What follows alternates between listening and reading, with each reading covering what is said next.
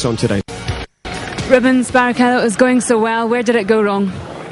Well, I guess it's on the strategy, on the pit lane.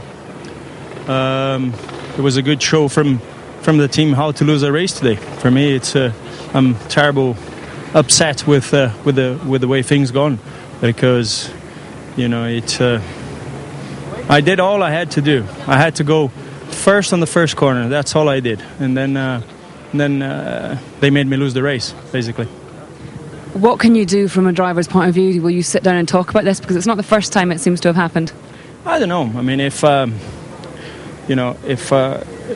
it is really what's going on, it's we're going to end up losing both championships, and that's even more terrible. So I feel sorry for myself. I feel sorry for the team.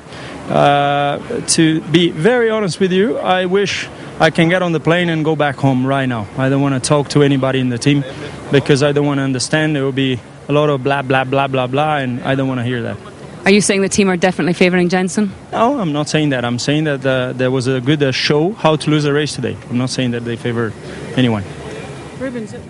Wow, strong views from Rubens Barrichello. We'd very much invite your thoughts on this. Don't forget, we'll be live on the red button for the F1 forum straight after our coverage here on BBC One, f1@bbc.co.uk, to email in your thoughts. A good show on how to lose a race, not something that Ross Brawn likes doing, and today is not something that Rubens Barrichello enjoyed.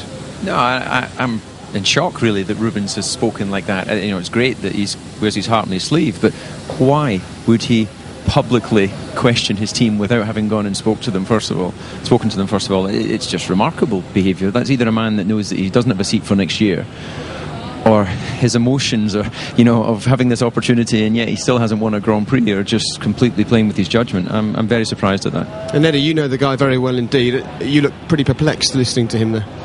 Well, I thought after all these years, I mean, he drove for Jordan for 4 years, he was exemplary, but he has, David quite right, he wears his heart on his sleeve. He says it how it is without knowing sometimes all of the information. He's not to know that the fuel rig gave up on him, that there was a mistake which is not a human mistake, it was a mechanical error.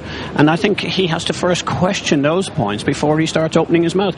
It's always easy to be wise in hindsight, but in this case, I think Rubens, for me, he's made a mistake. He's opened his mouth.